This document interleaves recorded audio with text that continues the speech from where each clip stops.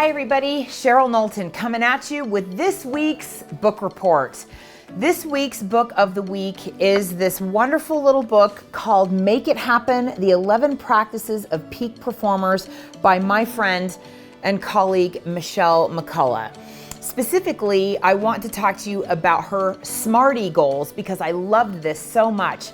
In 1981, a gentleman by the name of George Doran came up with the SMART goal concept, which you've probably heard of, but just as a review in case you don't remember what the acronym SMART stands for, let's talk about them briefly. S is for specific. Your goal needs to be specific. I can't just say, this year I want to lose weight. Well, we have to be very specific. This year I want to lose 15 pounds. Your goal needs to be just as very, very specific because you can't wrap your mind around, your brain can't wrap itself around a nebulous goal. So number one, S is for specific. M is for measurable.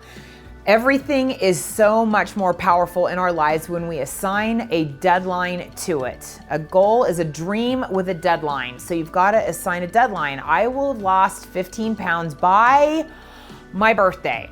Make sure that it's measurable so that you can hold yourself accountable to that date. Yes, it becomes scary at that point, but that's what gives it the power.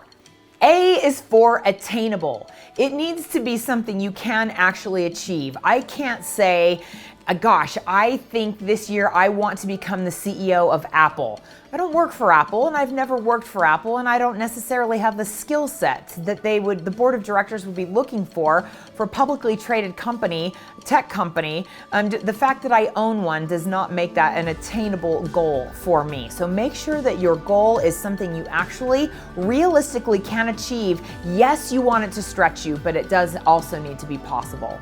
Going right along with that, R is for realistic. It needs to be attainable and it needs to be realistic, which last of all leads us to T for timely. It needs to be something I can't say I want to lose 15 pounds by 5 years from yesterday.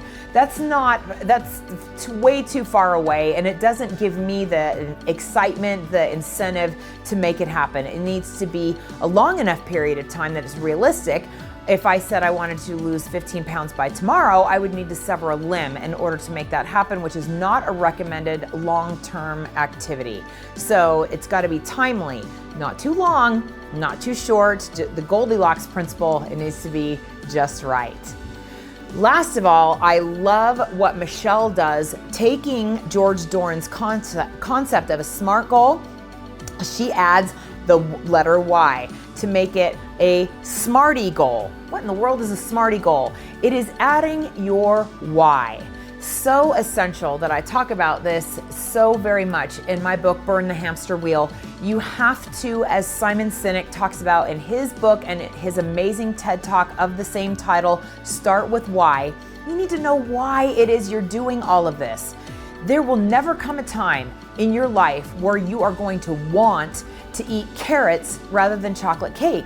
That is not going to happen. And that's the biggest problem. We think that something is magically going to happen. Tinkerbell is going to sprinkle us with pixie dust and we're going to suddenly want to change all of our habits and do everything right. You are never, ever going to want to do the right thing, especially in the moments of decision when it's hard. You have to tap in to your why do you want this? Why do I want to lose 15 pounds? Well, because it's going to be less hard on my joints. I'm going to look amazing in my clothes. All those boxes of clothes in my closet, I'll be able to pull them out and actually wear them. I'm going to look great. I'm going to feel great. It's going to be easier for me to run. When I tap into the why behind the goal, it gives it power. So I love Michelle so much as a person and as an author, speaker, coach. She is phenomenal. And I love that she introduced me to the concept of SMARTY goals. Check out this book, Make It Happen by Michelle McCullough. You'll love it.